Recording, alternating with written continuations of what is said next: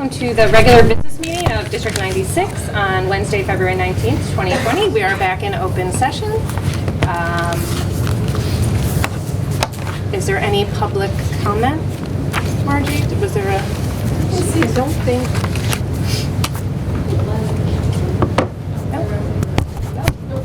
All right, since there's no public comment, we're going to move on to changes to the agenda. Any board members want to add or modify, or actually just modify the agenda?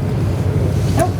All right, then we're on to the Superintendent's Report. Do we need to do a roll call, or we're do we need to do a roll call back just into open session? No, I don't think we do. Okay, No. we're good. Okay, sorry. Sorry, I'm just the acting president.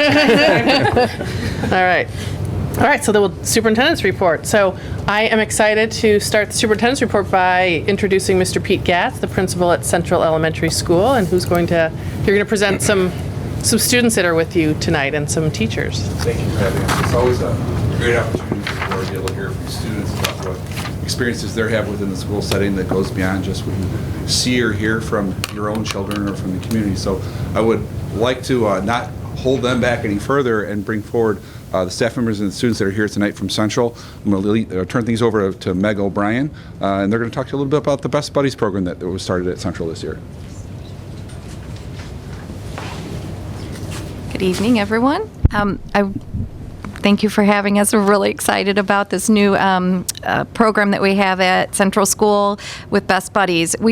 I started out the idea with my son who went over to RB, and they had the program there, and it has such a huge impact on him that when I saw it come to Hauser, I was just like, wow, that's really great. So my other son did it here at Hauser, and I thought, well, how can we bring that to the elementary school so it's just kind of a fluid thing? This is what we do.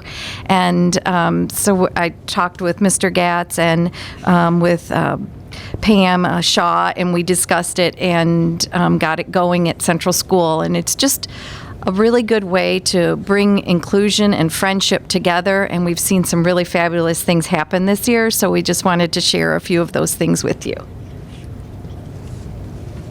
Hi, so I was a part of Best Buddies when I was in high school at RB and then in college at DePaul University.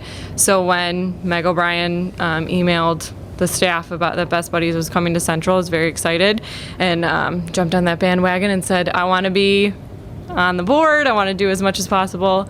So now we are the biggest club at Central. We have about 80 students. Recently, we just had Best Buddies Illinois reach out to us to ask if we could have another elementary school chapter who's starting off their own program come observe us because we are doing so well. And also in November, we won the Best Buddies Chapter of the Month award. So that was very exciting. So I'm going to talk a little bit about some future plans that we have. I, like Kelly, jumped on the bandwagon as soon as I heard about, getting kids together and, cheering on for, being inclusive. So we have 3 more monthly meetings that we're planning on doing. And we have a lot of ideas with all these kind of great minds bustling around. So we really want to do, a friendship walk with the Hauser group. And we think it'd be a really great opportunity for, the 5th graders or the older kids to kind of get to know some of the kids here at Hauser and have some familiar faces. We'd love to get more involved in the community as well next year and possibly showing our faces at the holiday stroll and letting people know about us. Another idea we have is to do some sort of fundraiser to get a Best Buddy bench out on the playground with the construction and things that we're doing so kids have a safe place to go to find a friend. And just to keep momentum going, we were hoping to maybe design some t-shirts to get more kids to join next year, even though we've got a really high enrollment rate right now. How many do we have in? 80. Yeah, 80 kids, so it's really great. And then just to get more feedback, we're gonna talk to our older students at the end of the year just to talk about what they liked, what they would like more of, just to keep it as exciting as it is this year and the following years to come. Thank you for hearing from us. We have some students here today. And Mrs. Considine's going to help introduce. I'm Donna Considine. I'm a resource teacher here at Central School, and I'm also one of the sponsors for our group. Hold on one second. So Cameron's one of our students that's enrolled in Best Buddies. I just have 2 questions to ask Cameron. His first question is, why did you join? Because I wanted to make more friends, and I thought Best Buddy could maybe do it, and then I actually made friends with the big kids. Very good. And what do you like best about Best Buddies? I like when I'm in a group with kids I don't know and I like to learn about them. Thank you, Cameron. Good job, bud. Very good. Hi, I'm Ellie Dickerson and I'm in 4th grade at Central. I joined Best Buddies because I thought it would be a fun opportunity to meet new people. I like the crafts that we make in Best Buddies. They are fun. They're fun and they're about kindness and friendship. One of my favorite crafts that we made is this friendship bracelets. They were really fun to make, and I think Best Buddies is a really fun way to spend your lunch and recess sometimes.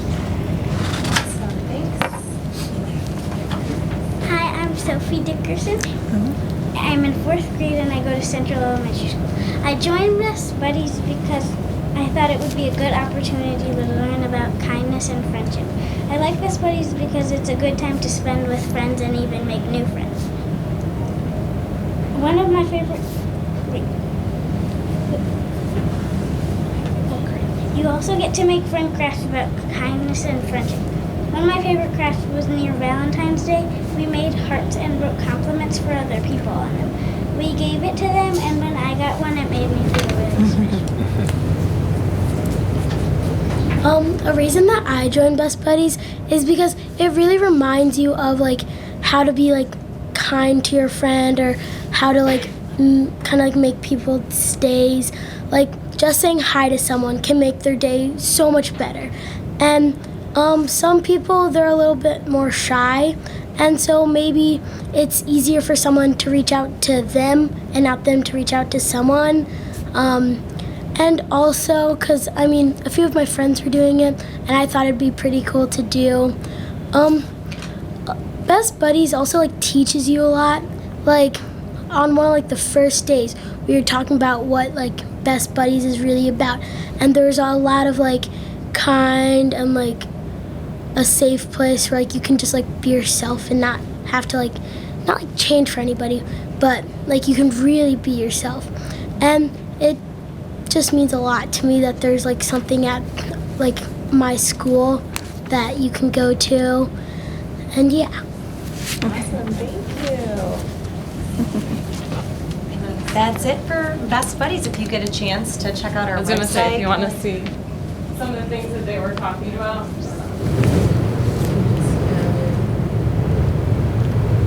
So we have 3 more events coming up. So these are some of the crafts that we've done, and we do them, we post them right outside the office so all the kids can see. So this is what Paloma was talking about. We asked them what Best Buddies means to them, and everyone wrote down their answer on a Post-it, and then we put it in this. So friends, fun, happy, kind, caring, all positive. This is from our Thanksgiving event. We're thankful for.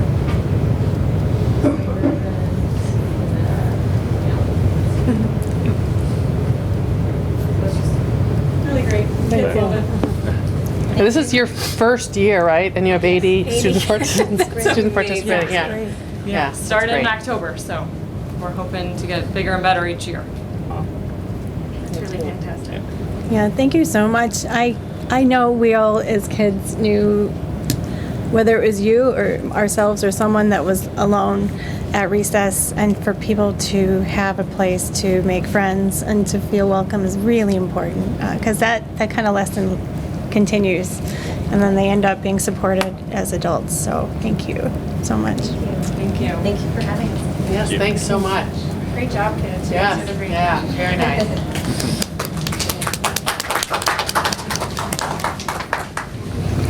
I will move on with a couple other items. I have a lot of things here. A lot of them are announcements and some information to share. We had also 2 really outstanding parent information sessions, and I just wanted to take a moment to publicly thank people that were involved in making that happen. And we did a parent information session on treating anxious kids, and our special education director coordinated that. She's not able to be here tonight, but we had about 50 parents that showed up for that, which for us is a really nice turnout. And then we did one of our own parents, Cassie Holberger, who's a Blythe Park parent, also works for the FBI, did a presentation on keeping kids safe online in a sort of digital world. And I believe we had 110 parents show up for that event. We had our PTAs and PTOs co-sponsor that with us, and also one of our PTOs organized the Girl Scouts to provide childcare.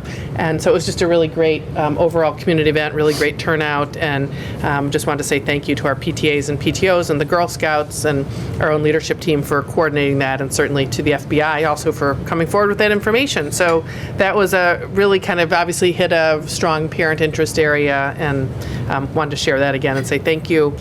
We have our kindergarten information night coming up on Thursday night, March 5th, and just want to make sure that that information gets out there. We have flyers out. I know we have them up at our schools, and we send them out to certain community locations, but it is always really important for us to get as many families coming forward in March and registering for kindergarten so that we can really begin to anticipate our enrollment information. And it's also some good information about what kindergarten's all about, but for us there's also a very pragmatic approach to wanting to complete registration and residency information when and where we can.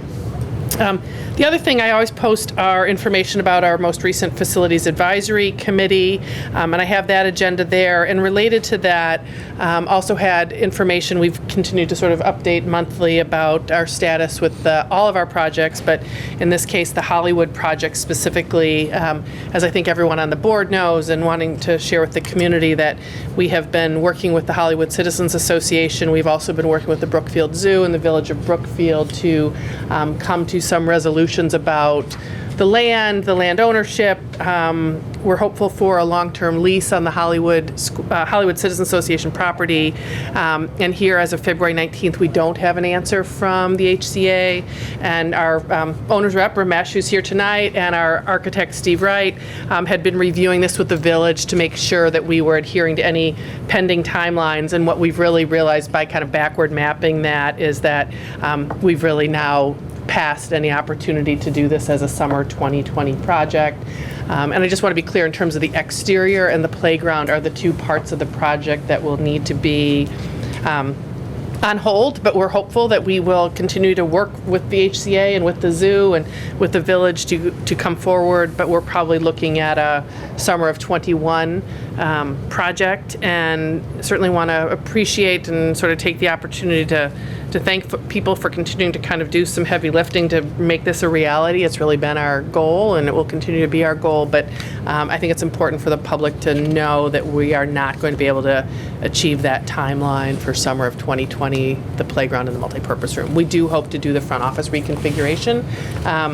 Ramesh, I don't know if there's comments you want to share. I know there have been some questions already about what does that mean in terms of costs that maybe we already have in place, and, you know, are we sure there's no way you could build a playground summer of 2020, and some of the things that we had talked about earlier today. There was a chance that this was going to happen. So when we put out our CM RFP, we had Berglund give us a fixed cost for construction through the end of August. That's how we had set it up. And when we went out to bid, we did break out the Hollywood addition and the playground as an alternate cost. So we already knew what the breakout cost was. So the big loss for us really is the fixed cost that we had with Berglund, unfortunately, will be lost because we won't be completing the project in August. But other than that, we are not going to be awarding the alternate, which we knew right up front in December itself what it was going to cost us. So there's a bit of a give and take that we're going to have out here.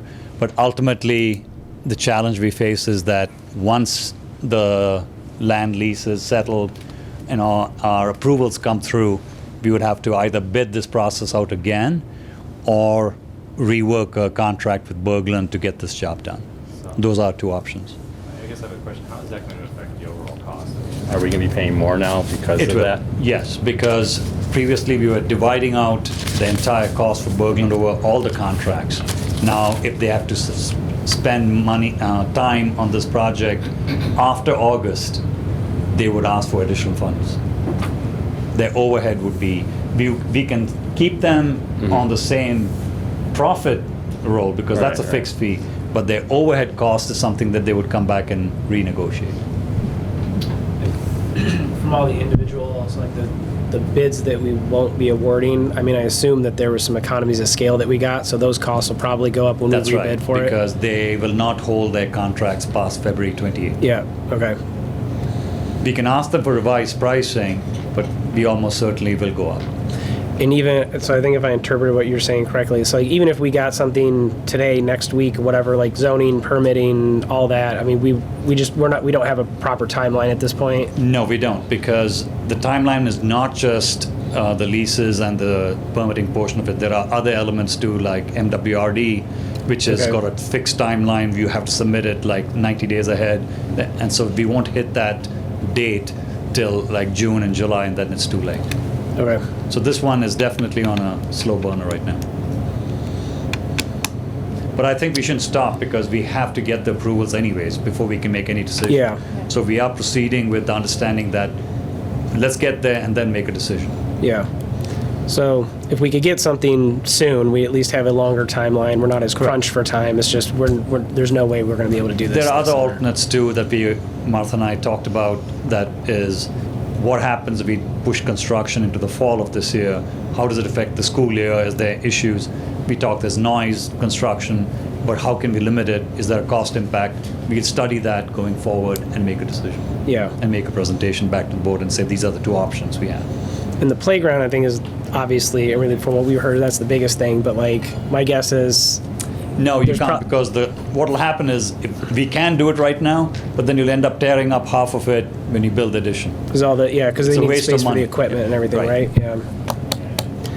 So when did we? I mean, we started this process in like July or something like that, wasn't I it? actually looked back at my notes and just emails that we actually made the offer to purchase, if you recall. We had written to the HCA and made an offer to purchase on June 24th of this past summer, 2019.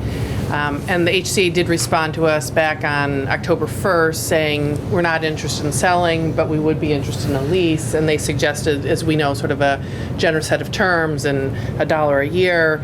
And so that was more of a letter of intent. That wasn't an actual lease. So then our attorneys, we worked and we actually presented the details around a formal lease. That was November 21st.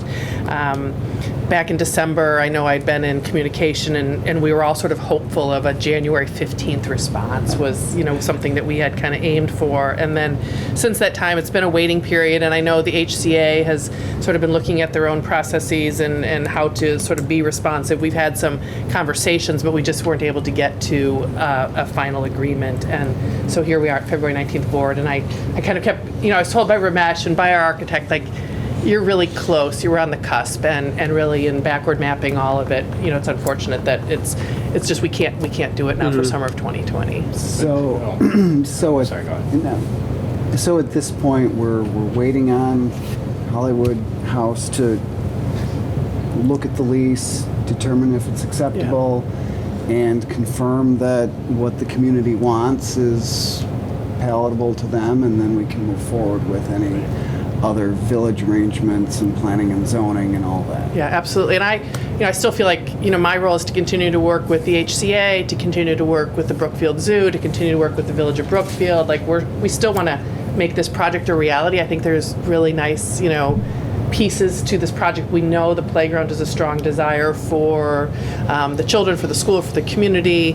Also, obviously, the multipurpose room has just this great opportunity for a large group and a separate place to eat lunch from the gymnasium. And we were also converting that, as you know, into be a music instructional space. So it's a great project, and I will continue to remain hopeful that we will get it done. Just it's going to be on a different timeline. And in general, we've heard good things from all the interested players. Right now, we're just waiting for that final sign-off. Exactly, right. David, sorry I interrupted. No, that's okay. When we put somebody on the HCA, the HCA is on our playground, correct? Yes. So Yes. And I think our playground design, and we kind of intentionally, we designed with this idea that we're likely to get the lease, right? So and our playground, as you know now, is on HCA property. So to improve it and to potentially expand it, which is what our design is starting to sort of point to, those ideas, it's just really clear we have to be clear about land, lease, ownership. And at this point, the village wouldn't even let us move forward without it being clear. It's not our property, it's the HCA's, and so we have to have clear agreement there. And so, if you can refresh my memory, we gave them the lease back in November, right? So they've had this lease for well over 2 months. Okay. Yes. Yeah, that's well. Hopefully, we hear something soon from them. Yeah. Because I mean, I know it's disappointing. I think it's disappointing for the school community, and really this is kind of very recent information. This is something we've been talking about really for the past 2 days, and hoping that we would have some information for tonight, but we don't, other than I think Ramesh and our architecture firm have really done sort of a deep study of like, is there any way? I think my question this morning was, please turn yourselves upside down and inside out. Are you sure we can't build this playground? And exactly as you said, we would undo work that we, right. And that would be a waste. I mean, as you said, a waste of money. I mean, we shouldn't be spending taxpayer money on something we're going to tear down a year later. Yeah. So. Any other comments or questions for Ramesh, questions for me about that? We'll continue to keep the community and the board obviously updated and hopeful that we'll still move forward, just different timelines. So thank you, Ramesh, too. Also in the name of construction, I wanted to share with you that we hosted a community coffee at Ames. We had a relatively small turnout, but important turnout, and that I think many of our most proximate neighbors showed up for that. And thanks again to Ramesh and to DLE Architects and WT Engineering and Sam Schwartz Traffic Engineers. We really had sort of the full team available to really answer any of the kind of more technical questions about the project. We've shared, over time the design and the construction and what the building was going to look like, but we know that neighbors were probably most concerned about water and traffic and all of those. So that was a really, I think, informative meeting for those that were able to attend. That's exactly right. I think the important thing was that by speaking to the neighbors directly, we nipped issues in the bud that they may have brought up elsewhere at the zoning meeting. So I think we really hit some good points out there with them. I think they really appreciated it. They came in fairly aggressive, but they went back. As they should, right? Yes. Right. Fencing went up. Yes. Earlier this week, I think it was, right, for the demolition part. So that part is still going forward. And I know we got a planning meeting next week, I think. So hopefully we can get some support for that. Because I think we're still waiting on permits and stuff for the rest of the project, right? Yes. Yeah. And jumping So we have some around. motion. What's that? We have some motion moving forward, so that's good. Yeah. Good. And I realize jumping around here in order, but so that you know that we don't only think about construction, we think about student learning. We had a great Institute Day on Friday, February 14th, and Angela's here. I want to thank Angela for coordinating a really significant professional development, professional learning day for our staff.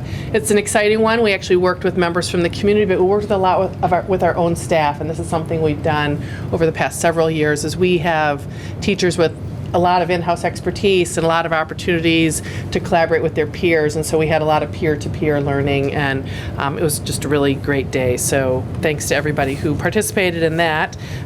Jumping back then to construction, I have a memo about the long-range facility plan. I just wanted to share, this is something that went to the village after the village, not planning and zoning, the village regular board meeting actually looked at the Blythe Park project just before February 12th. I think it was February 11th or 10th. I don't have the exact date in front of me. And there was a question about the Blythe Park exterior. And so, as you know, the documents that you all have looked at show Blythe Park with like a wood composite exterior. There was a question about whether or not that should be brick.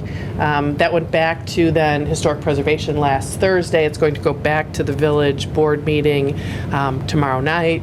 But there was a question about how much we had sort of worked with the community and informed the community. So I was asked by the village just to share sort of our timeline of different events and communications. So that's what I then just reproduced for all of you here in Board Book, that we have, reached out, as you know, a good number of times, both at the board table as well as directly through the schools and through the schools with the PTAs and PTOs to make sure people are as informed as possible and in our project. So I do anticipate that there will be more discussion about that tomorrow night at the village board meeting. And so Blythe is yet not formally approved. I anticipate it will get approved. It's still a question of the preferred exterior as brick or this wood composite. What was the comment, or can you give a summary of what happened at Historic?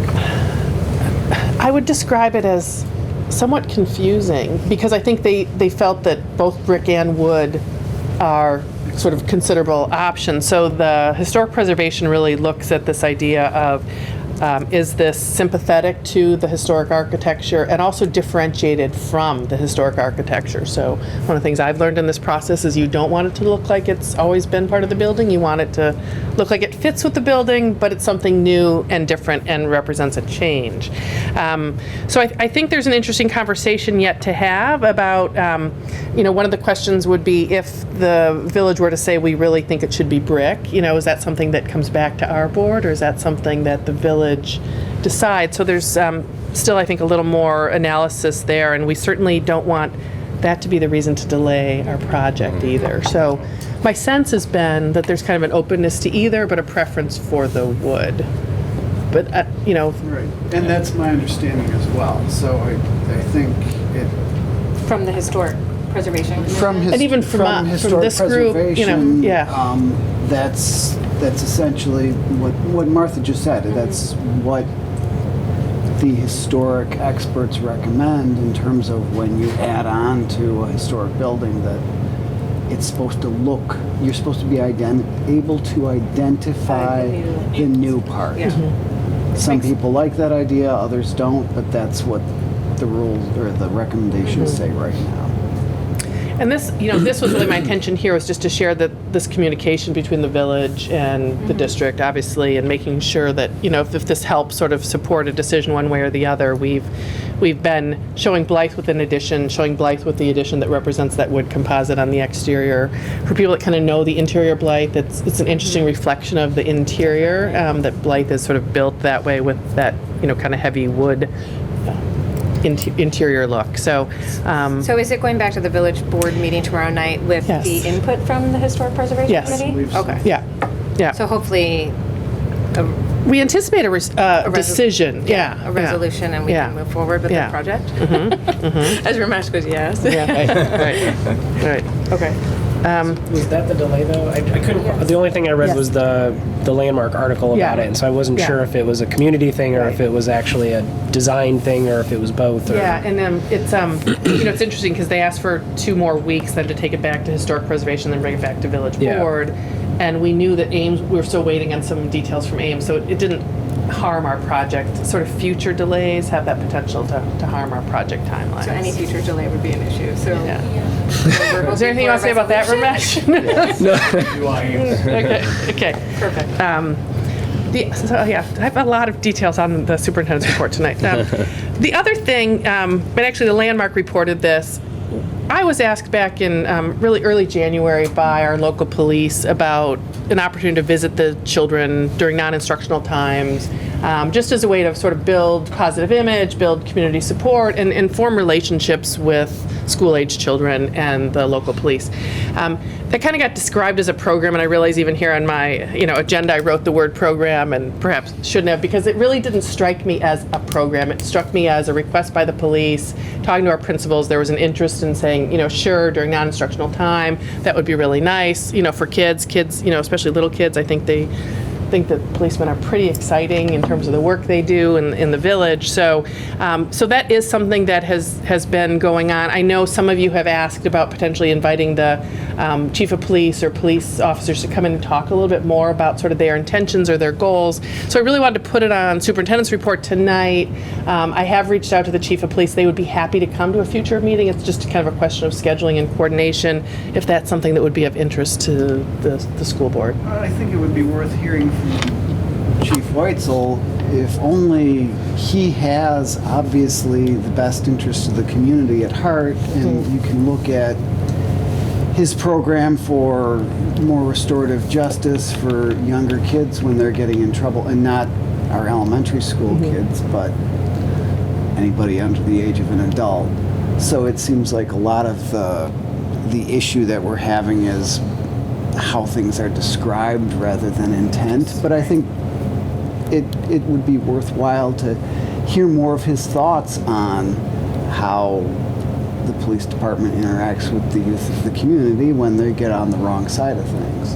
Not that our kids are, but that's often the focus of police. It would have been nice to hear from that before before the visits began? Because it was kind of a surprise to some of Well, us. see, I'm I'm not sure I'm that worried about it. I didn't say I was worried. It would just have been nice to hear from them. Right. I guess my thing is it was not so much the visits per se, but the way it was rolled out. I mean, we found out about it in the landmark. Right. I mean, as a program, which was a shock to me because it was not, we didn't know about this. And so I guess if they do come, I'd sort of like to know sort of how that, going back to the MOU we have with them, how this, because I think we should have known about this as a program. He was going to be really issuing a press release. I felt that we should have been aware of this beforehand. I agree.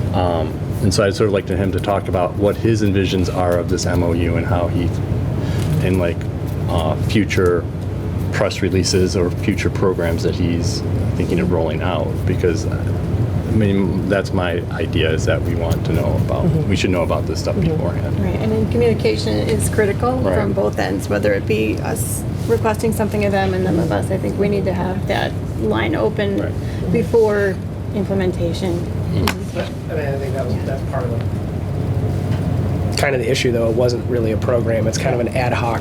Right. Yeah. I think, what did you? But it's publicized as Right. a larger program. Yeah. So. No, yeah, totally agree with you on that one. But I think this We this had goes no back to how easily communications can go sideways. I mean, we see that with, our hoped-for agreement with Hollywood House. We know that we've made legitimate communications and things are delayed for reasons that we don't have insights to.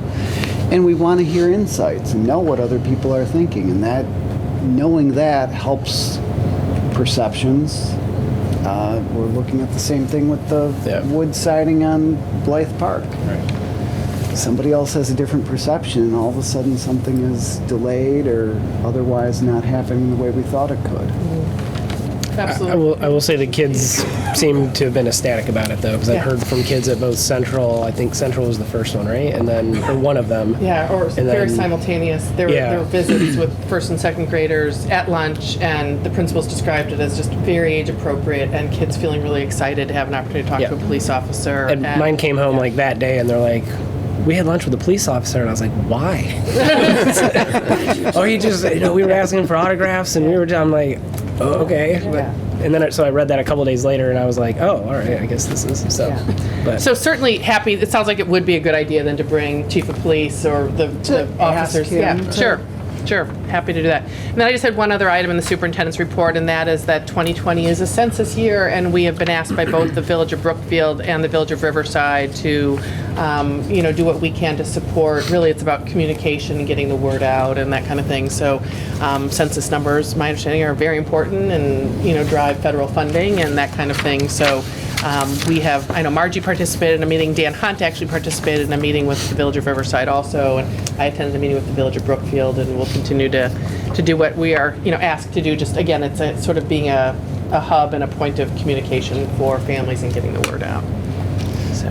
Do you mind if we can go back to, I have another question that came to me with the HCA, the HCA knew about our timeline, right? They were aware that we were under the gun, that we had to get this approved so that we could move forward with this. Absolutely, but I think that deadline has felt soft. Okay. I think we were trying to say, like, we need to know. We needed to know a week ago, a month ago, and, I think architects and owners' reps and construction managers have sort of been biting my heels, saying, like, when are we going to have an answer? And I'm like, we're trying. So it was not we must know by February 15th. We, like I said, we really felt in January that sort of the ship was close to sailing, so to speak, and so it wasn't like, if I don't know by this date, it's off. It just sort of as like we just didn't hear, and we did the analysis with the village, we realized it couldn't be done. And you've been reaching out to them, right? Yeah, absolutely, yeah.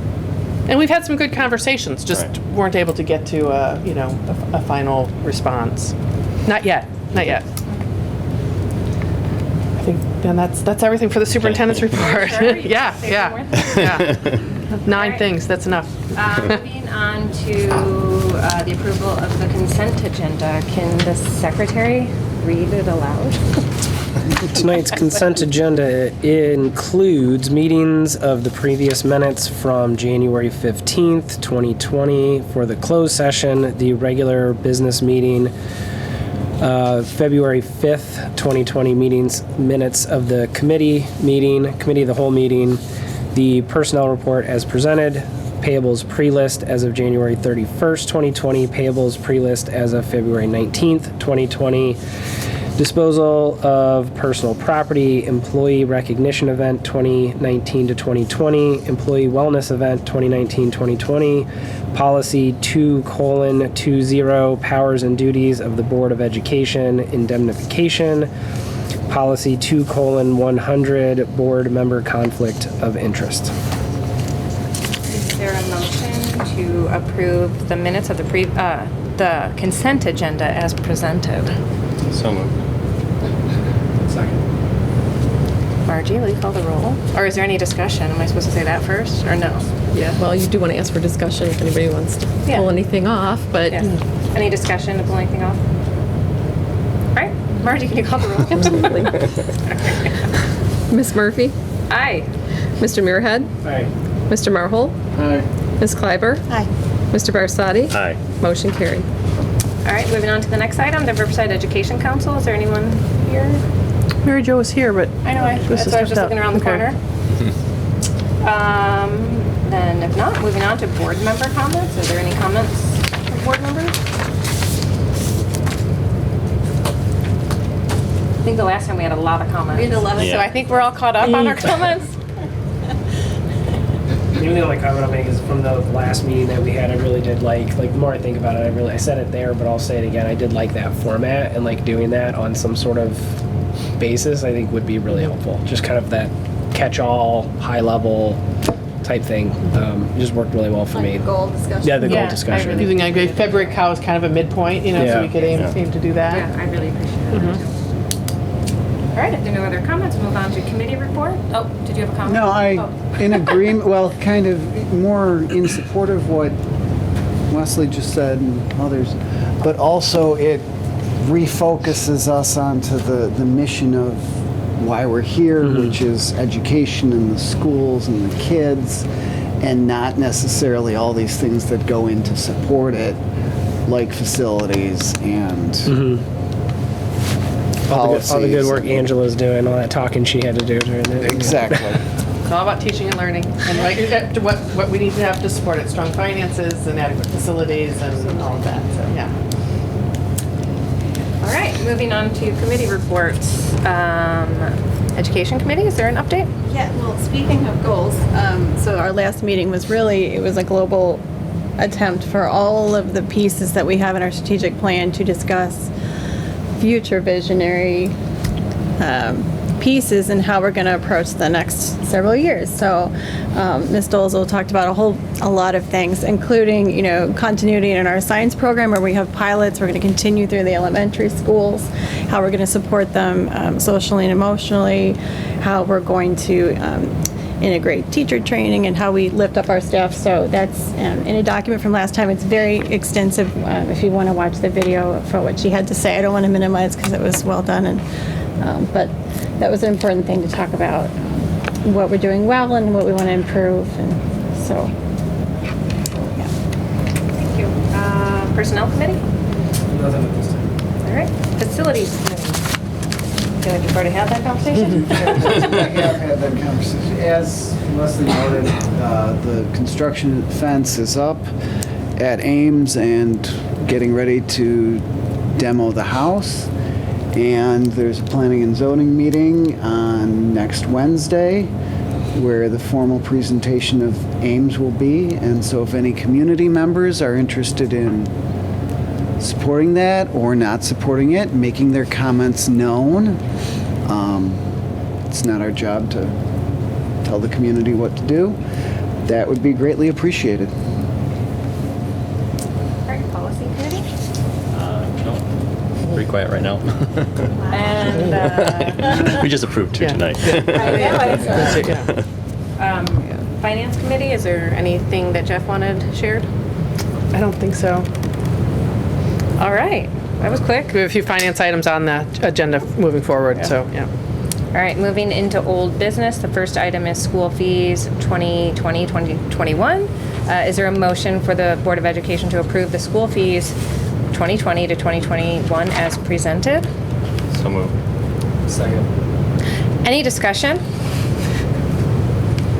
I think it's pretty straightforward. It kind of falls in line, and I like the rounding. It makes it easy. So. Yeah, I thought following the rate of inflation, it's very sensible and not too extreme for families to understand. All right, Margie, will you call the roll? Mr. Marhol? Aye. Mr. Muirhead? Aye. Mr. Barsadi? Aye. Ms. Kleiber? Aye. Ms. Murphy? Aye. Motion carried. Next item is a resolution regarding the approvals for discretionary spending. Is there a motion for the Board of Education to approve the resolution regarding approvals for discretionary spending as presented? So moved. Second. Any discussion?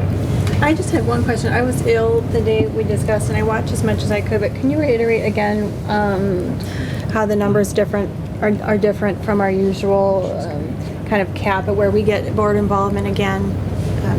Just to The read. Ramesh or Jim, both of, yeah, right. Whoever wants to take it.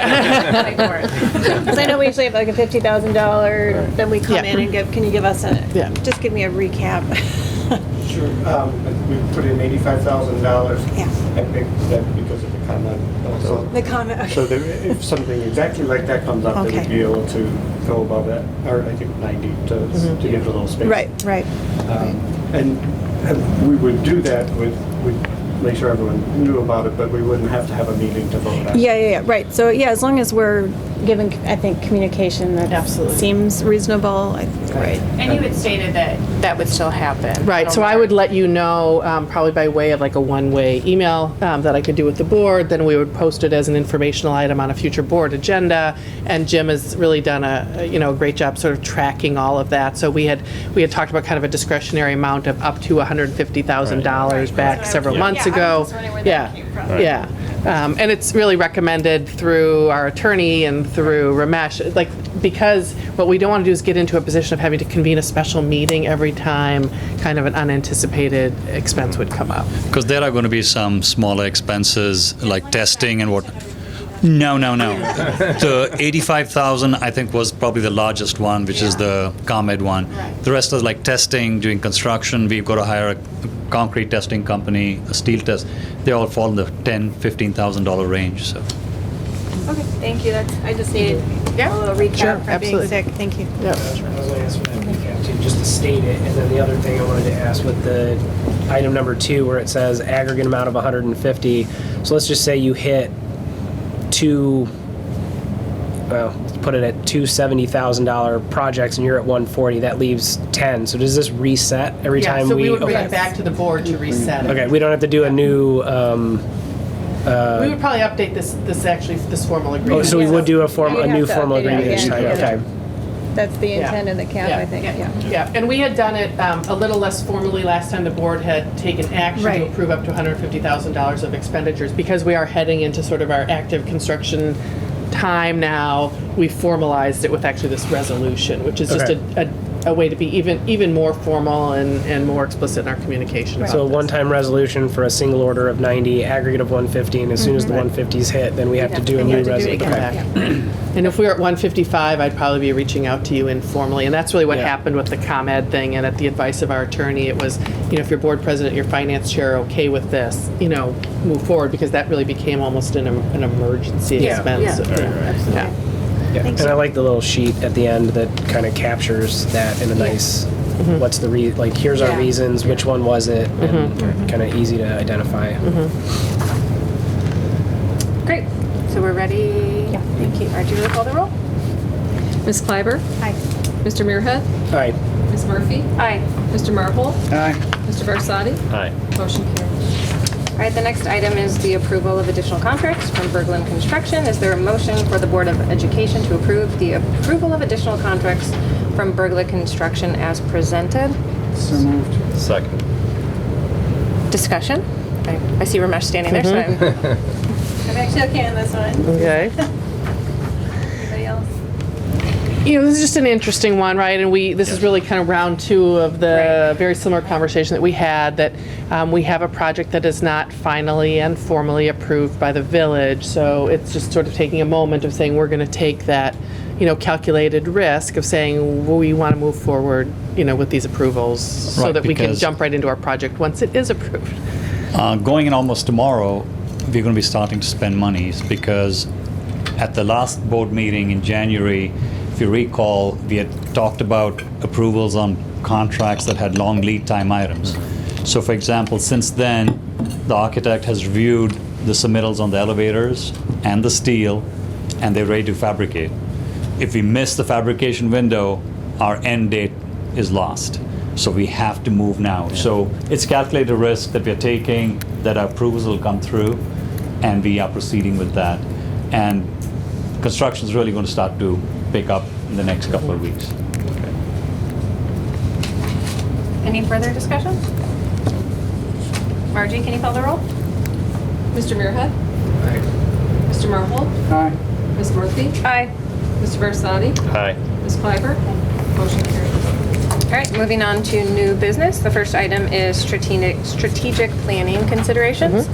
So we've had some ongoing conversation about strategic planning. We are living sort of our 5th year of a 5-year plan, and so we'll ask the board to be part of a selection process for moving forward with a future partner to do strategic planning with us, really starting in sort of the 2020-21 school year, but with some ideas that there's probably already work to start thinking about in the spring of 20 here, whether it's sort of different depending on the partner that we choose to do this with, potentially gathering some survey, community information, et cetera. So at the March Committee of the Whole meeting, I have organized 2 parties, the Consortium for Educational Change and another educational consulting group called Capacity Unlimited. They actually will come in and each give about a half-hour formal presentation to the Board of Education. That's 2 parties. I know both groups well and would certainly be very comfortable with either one. We'll honestly had a question if the board wanted to hear from more than 2, and also wanted to talk a little about that. This will take the lion's share of the time at our March Committee of the Whole meeting then too. But wanted you to have that opportunity to preview this and ask any questions if you had any questions.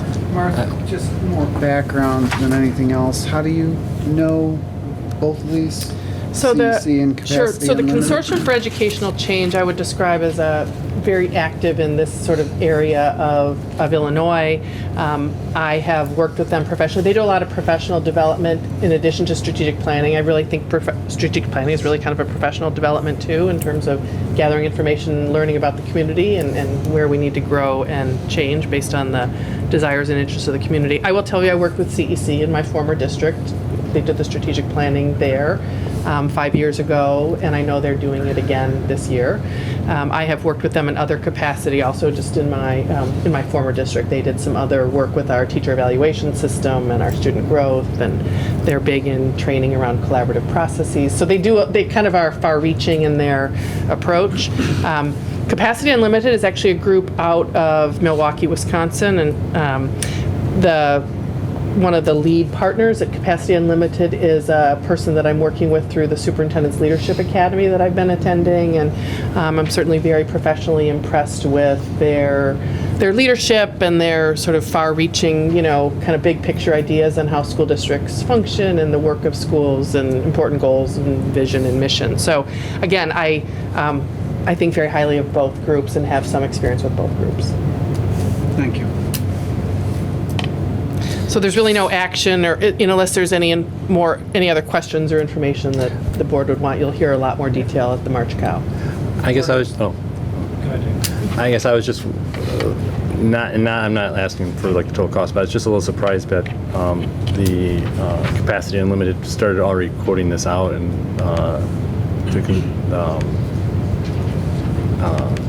CEC did not. And I'm just wondering, is that like? Yeah, it's hard to tell. Like, Yeah. What was the reason for that? I mean, I guess. They were both asked for proposals, and I think it's just a choice of how they did their proposal. Okay. CEC will talk to you about their costs also, I would believe, as part of the March presentation. Okay. So really what, because I know that the board wanted to do some previewing of this, what I did is I shared the documents that I had received No, from and them. I appreciate that. I would tell you that they're probably similar in costs. Right, I was just like sort of surprised that one had cost and the other didn't. So Yeah. I was just wondering how this went out and how they came back. Yeah, it was more of an invitation to share a proposal with us.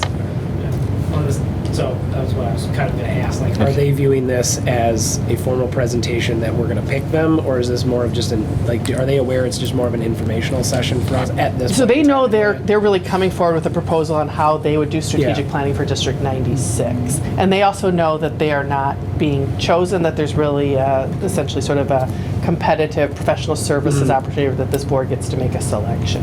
Okay, so they're coming in a formal presentation style, but knowing that like they're not going to be awarded anything after it. Right, Okay. right. We'll have time to have discussion and opportunity after Yeah, that. we It's won't not be something we'll making do that that night. No, and we wouldn't take action at the Correct. town meeting anyway. Right. Yeah. Is there anyone else? I wouldn't mind a third choice. Not that I'm not saying there's anything wrong with these two. I just prefer that from my previous experiences. Is anyone else open to that idea of having a third? Yeah, I'm not opposed to it. That's why I was kind of asking, like, are they aware that this is just like really, really early step one? It's early, but it's not so terribly early. So, No. And really It'll that, come fast. there are other groups that are doing strategic planning. I know Riverside Brookfield High School is working with the Illinois Association of School Boards as a strategic planning entity. I know the school district 5 years ago worked with Bob Madonia and his consulting services. So, again, if that's something that the board wanted to hear from a third or a fourth, I don't know that I would schedule it on March 6th, just because I think that starts, you have 2 solid half-hour presentations. We also we had talked about doing a presentation on early learners, and even wondering if we want to embed all of that on March 6th, or we can, add one into a regular March board meeting. I just think it's an important process. It's really important to hear from more than just two. Yeah, and that's sort of my purpose in giving you this preview. It's like a 5 to 10 year impact. So. Yeah, go ahead. I'm completely open to seeing 3 options. Yeah. So let's just say we did another 2, like, would that be at the April cow? And then, like, at what point do then we actually have a formal plan? And then when do they start? And then, like, so where does that actually? So formally, we know we want to start fall of 20. Okay, so we're targeting I believe, fall like, for in this. Capacity Okay. Unlimited, they talk about some information data gathering that they would recommend you do in the spring, right? That you kind of get ahead of your process in terms of the kinds of, whether it's survey information, et cetera, from the community. It's interesting, just at our last meeting, we talked about potentially surveying the community about a Hauser later start time and sort of how that coordinates with the elementary start time. We kind of stopped to have this conversation among the leadership team. It's like, are there other things we want to be asking the community about, right? So, and there are. So, you never want to waste an opportunity to do a good survey and reach out to people and gather feedback. So, are there things related to the strategic plan? There's been some things related to taking home your technology device. What's the right grade level to start doing that? And so, again, we love feedback from families. It's hard to sometimes gather that. And so I do sort of pause and say, let's figure out what it is we want to reach out to the community about. And I think some of the details that could be part of strategic planning could be, great items for a survey. So again, if we took April, let's say, to talk to 2 more groups, and then we decided in May, it would not be terrible. Okay. Right? Like, to me, this essentially is what I'm not asking, one yeah. where we have, there's a real urgency. There's a planfulness that we want to make sure that we're kind of ready to jump into some community engagement and really reaching out to the community for sure in the fall. Would there be any concern of losing attention once summer starts from families not being, like, in the school process? Yeah, like, trying to get information. not a from great time to yeah. reach out to school families, just because life goes on, and Right. sort of the schools are closed and families are busy, and so I think you want to try to capture things in the spring or at the very early part of the school year. Although I can't, and at least in our prior process, I know having a survey done in the spring before, like, it's going to be spring almost. Thank goodness. Immediately. Right. And I don't know if we'd even get there with the March presentation.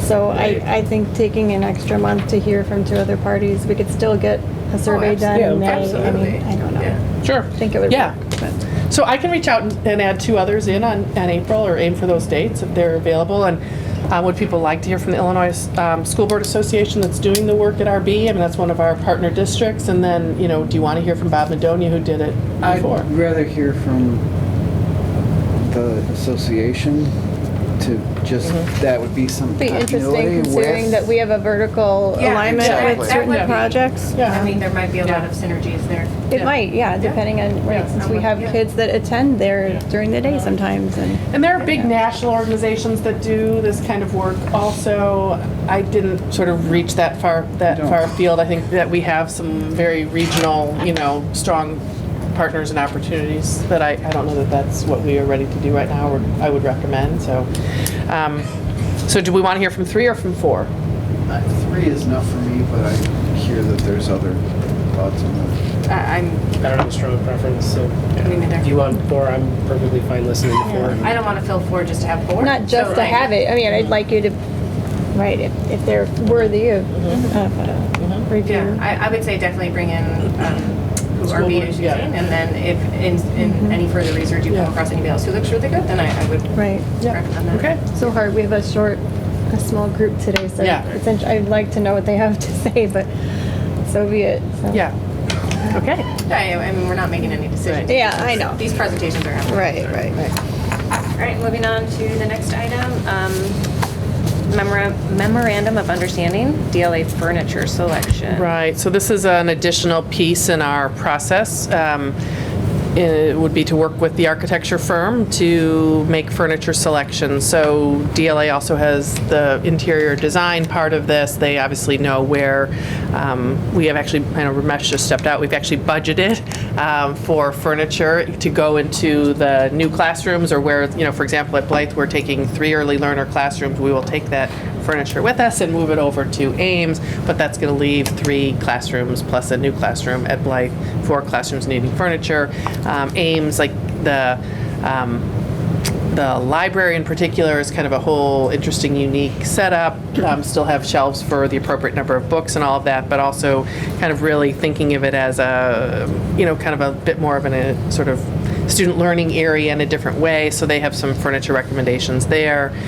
Again, I think they've done a great job engaging our principals and our leadership team around making some of those selections. So this is something that would come back to the board for approval, but if there's any questions about it, it's always a good time to share those now.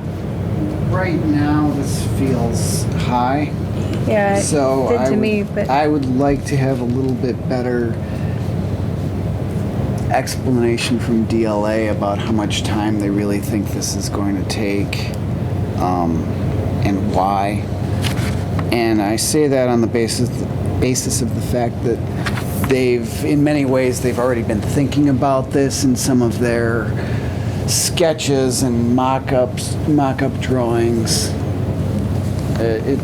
Right now, and I don't want to put a number on it, but right now it feels high.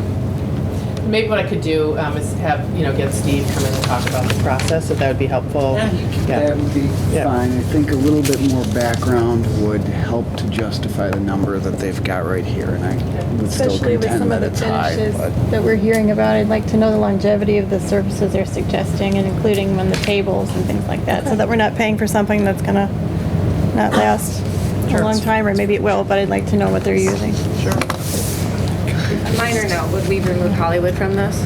Or is that still in because of the office will have like a switch? reconfigured, actually, they were going to use their same lunchroom furniture anyway, So it's yeah. still, okay. Yeah. But this is just this isn't for the furniture itself. No, it's for the, Design. like consultation and design, yeah. Exactly. Yeah. But I completely agree with everybody. However, I also want to point out that the good part of this is having, so moving forward as we do furniture replacements, it'll be good to have this work done so that, we can decide which way we're moving and, Right. And I think that's worth noting, certainly, that we have a kind of materials furniture replacement line item in our budget, and when and where possible, we've made those adjustments. The principals have made those selections. So I think people are aware. I think we looked at it one time. We were at a meeting at Ames. desks are not necessarily the traditional square desk with the wooden seat anymore. Things are more modular. Things have varying heights. Just sort of a range of seating options for kids that really sort of, what do I say, sort of identifies the variability of learners, things that rock, things that move, things that, kids sit on. It's a process. It's a process that we've already been engaged in. Actually, even our PTAs and PTOs have made sort of some very generous, donations in our teachers' classrooms. If you walk by our classroom now, you're going to see some stools and some standing desks and some traditional seating. You'll see a combination. I think that's great. That's what we know is we have kids that benefit from that combination of opportunities and options. So, but happy to bring DLA forward with more details and continuing that conversation. All right, great. Moving on to the last item, a request to change the June 17th regular business meeting date. Right. Yep. And so we've played around a little bit with summer meeting dates. This is one that I would like to recommend, that rather than meeting on the third Wednesday, that we potentially move that to what becomes the fourth Wednesday of the month.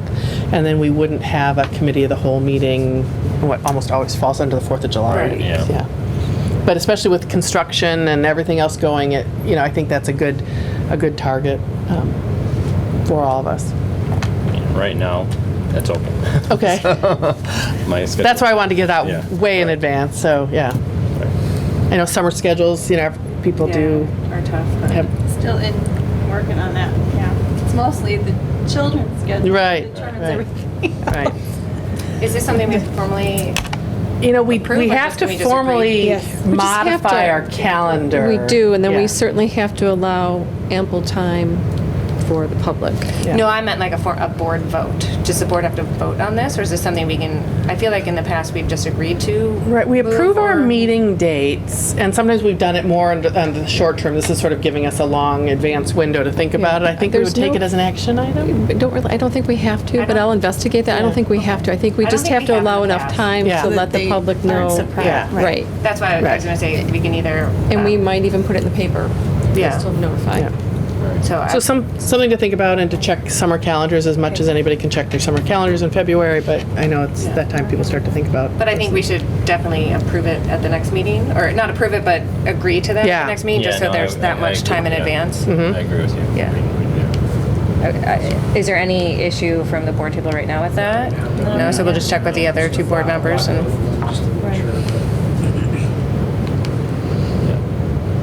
Great. Moving on, is there any more discussion on that, or we're good? Okay, moving on, is there any more, any additional public comment? I did sign up for it. Because of the news from the superintendent, her announcement tonight, I was very disappointed to hear that the playground won't be going in 2020, that it's being delayed till 2021. But I hope that this does result in a wonderful playground for the kids. I've talked to the kids in the neighborhood. They're all looking forward to a zip line. That is the talk of the neighborhood, believe me.